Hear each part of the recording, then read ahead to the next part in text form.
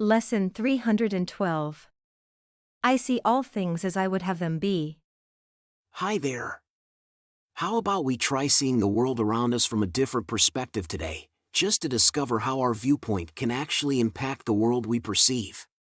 Intriguing, isn't it? Let's dive into Lesson 312 and uncover the treasures it has in store for us. I see all things as I would have them be. Perception follows judgment. Having judged, we therefore see what we would look upon. For sight can merely serve to offer us what we would have. It is impossible to overlook what we would see, and fail to see what we have chosen to behold.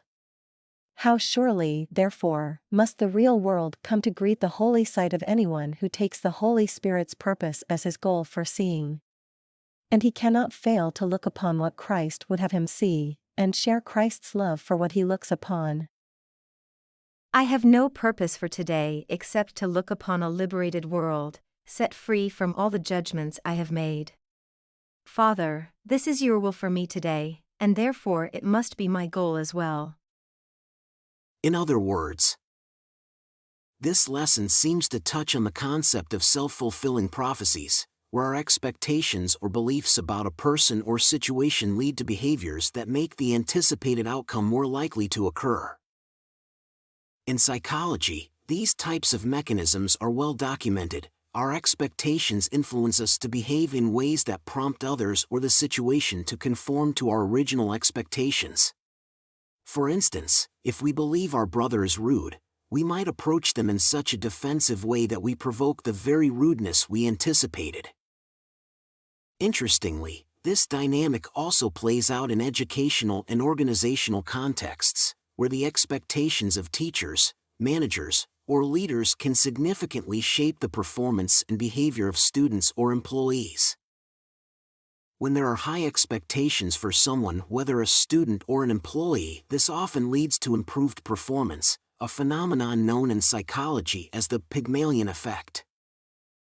Conversely, low expectations tend to result in diminished performance, which is referred to as the Golem effect. In the framework of A Course in Miracles, we elevate this concept even further.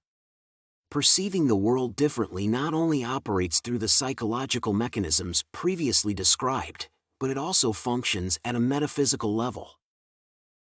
Our judgments shape what we see, and what we see influences the manifestation of our external reality. But remember, we have the power to choose to perceive things differently. Lesson 152. The power of decision is my own. In other words, perception is a choice. We can choose to perceive, to see things differently. Lesson 21. I am determined to see things differently. We often believe we see things and then we judge them, but in reality, it happens the other way around. As we've learned in previous lessons, projection makes perception, or projection comes before perception. Or, as today's lesson teaches us, perception follows judgment.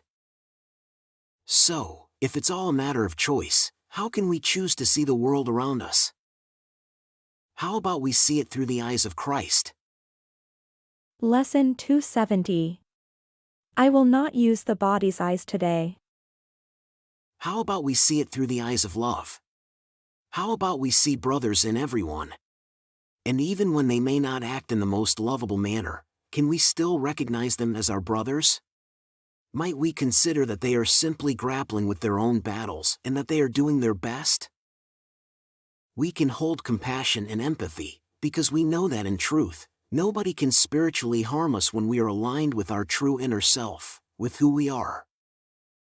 So, by allowing the Holy Spirit to guide our perception, we begin to view the world anew, a world liberated from our judgments. We then feel love for everyone and everything because love is what we expect to see.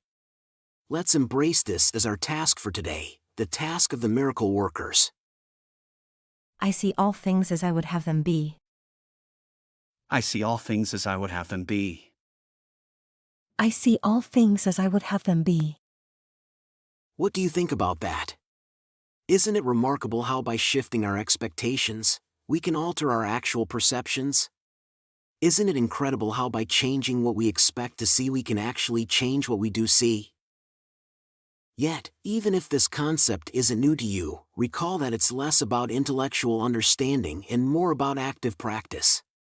Hold this thought close throughout the day and observe how the world might indeed manifest accordingly. Continue with your practices both in the morning and evening, and make an effort to recall today's idea every hour. If at any point you find yourself forgetting that you are responsible for how you perceive the world, promptly remind yourself, I see all things as I would have them be. you're doing wonderfully. See you tomorrow for another powerful lesson. A quick reminder, we're currently navigating through the section titled What is the Last Judgment?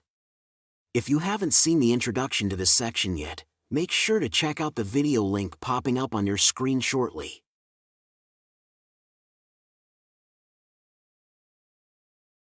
If you enjoyed the video and found it helpful, please don't forget to give it a like and leave a comment. Thanks. And don't forget to subscribe to the channel and hit the notification bell. There's a new lesson every day.